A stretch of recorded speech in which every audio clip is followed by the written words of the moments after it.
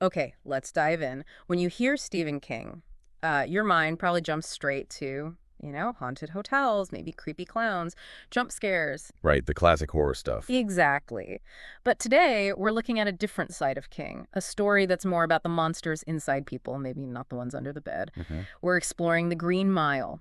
It's this, well, powerful mix of mystery, deep emotion, and just humanity. It really is. And our goal here for this deep dive is to sort of pull out the core ideas, the really important stuff from the novel, to help you get a real handle on its themes and why it sticks with you.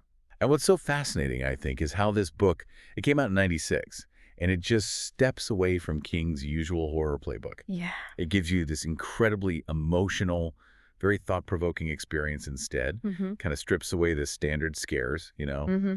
and it exposes something maybe more real, more human, like the horror of, I don't know, moral compromise, the weight of guilt. It really makes you face those monsters within. Much more effectively than a jump scare sometimes. Exactly.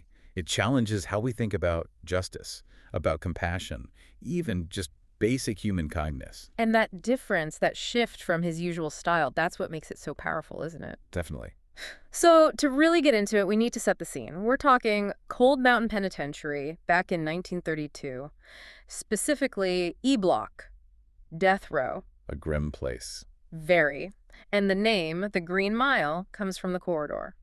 The inmates walked down to the electric chair. It had this pale green linoleum floor. Gives you chills just thinking about the name. It does. It's this grim but weirdly poignant setting, almost like a character itself holding all those final moments. And that atmosphere, it's really amplified by the narrator, by the voice telling the story. Paul Edgecombe. Right, Paul Edgecombe. He's the head guard.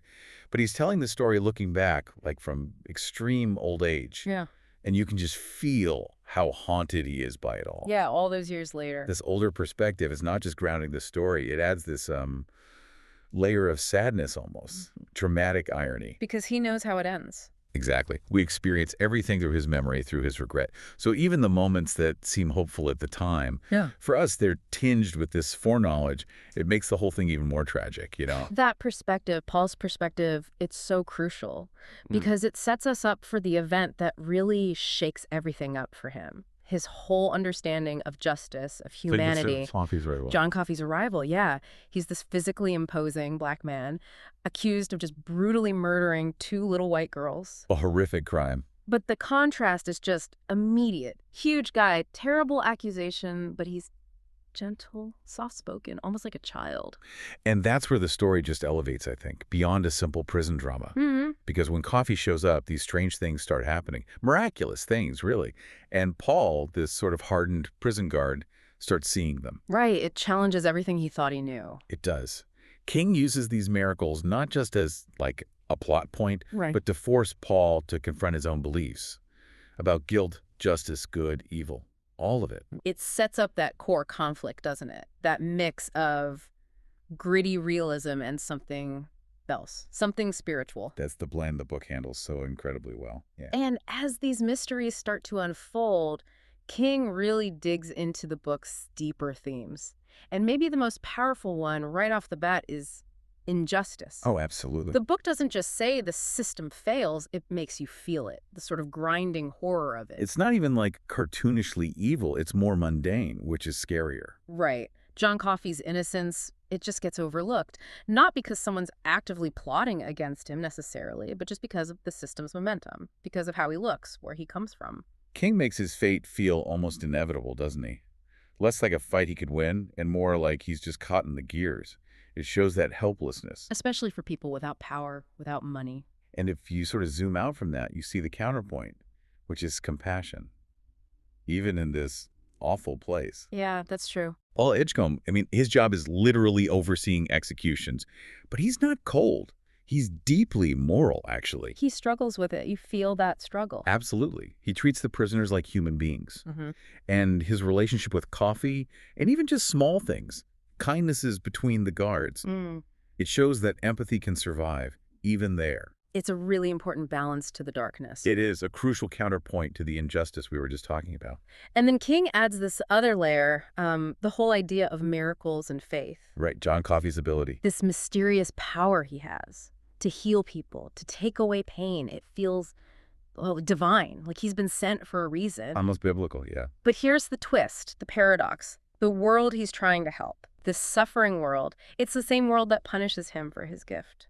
It makes no sense on one level. It raises these really uncomfortable questions, doesn't it? About fairness, about why goodness sometimes seems to be punished. Are miracles even recognized when they happen? Do we even want to recognize them? Or is it too disruptive? Great questions. And that ties right into the theme of guilt and memory, I think. Oh, definitely. The framing device makes that unavoidable. The whole story being told by old Paul in the nursing home, it just hammers home how haunted he is. Yes, deeply haunted, especially by what happened with John Coffey. It's not just sadness, it's this, like, profound weight of regret he carries. An existential burden, almost. Yeah. And it really makes you, the listener, think, doesn't it? How do certain choices, maybe moments where we didn't act or compromised, how do they just stay with us forever, shape who we become? That's a heavy thought. And the characters themselves, they're just unforgettable. They carry these themes so well. We really do. Paul Edgecombe, as we said, he's our narrator, thoughtful, honest, trying to do this incredibly difficult job with some dignity. His moral wrestling is the heart of it. Absolutely central. And then John Coffey. Wow. Even though he doesn't say much, his presence just dominates fills the pages. Yeah. Innocent, gentle, but carrying so much pain. And that vulnerability compared to his sheer size, it makes him the ultimate victim. Maybe the purest soul in the whole story. And the supporting cast adds so much texture. King is brilliant at that. He really is. You've got guards like Brutus, Brutal Howell, and Dean Stanton. Yeah. They're portrayed as fundamentally decent, loyal guys. Kind, yeah. Which is important. It pushes back against the stereotype of the, brutal prison guard. Exactly. It shows humanity exists even among the guards. But then you have the antagonists. Ugh, Percy Wetmore. Yeah. Just cruel, arrogant, loves his little bit of power, abuses it constantly. He causes so much suffering, a real catalyst for agony. He's infuriating. And then there's Wild Bill Wharton, who is genuinely dangerous, pure chaos. His presence throws everything into turmoil, reveals key plot points. And he serves as such a stark contrast to Coffey, right? Makes Coffey's inherent goodness shine even brighter. A perfect dark mirror. Yeah. King's writing style in this book, it feels different too. It's so accessible but incredibly powerful. Deceptively simple, maybe? Yeah, that's a good way to put it. The prose is clear, straightforward. He doesn't use fancy words. But the emotion hits you like a truck. Exactly. That simplicity lets the reality of the prison, the feelings of the characters just land with this raw impact. And telling it through Paul's eyes, first person, that really pulls you in. You feel what he feels. Connects you directly. Yeah. And it's wild to remember it was originally published in pieces, right? Like a serial novel. 6 parts, month by month. Imagine reading it like that. The tension must have been unbearable. Like this slow, unfolding tragedy you couldn't look away from. A real journey. And reading it is an emotional journey. You feel anger, definitely. Sadness for Coffey, so much sadness, but also admiration for Paul. There are bits of hope, too.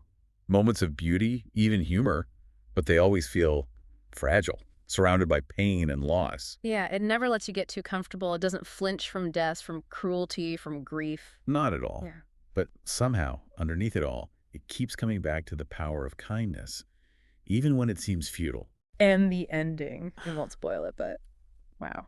It's incredibly powerful, heartbreaking. It doesn't just wrap things up. No. It lingers, stays with you, like you said earlier, like a heavy silence, long after you finish reading. So wrapping this up, what's the big takeaway? The Green Mile, it's clearly more than just a prison story. Much more. It's this deep look at humanity.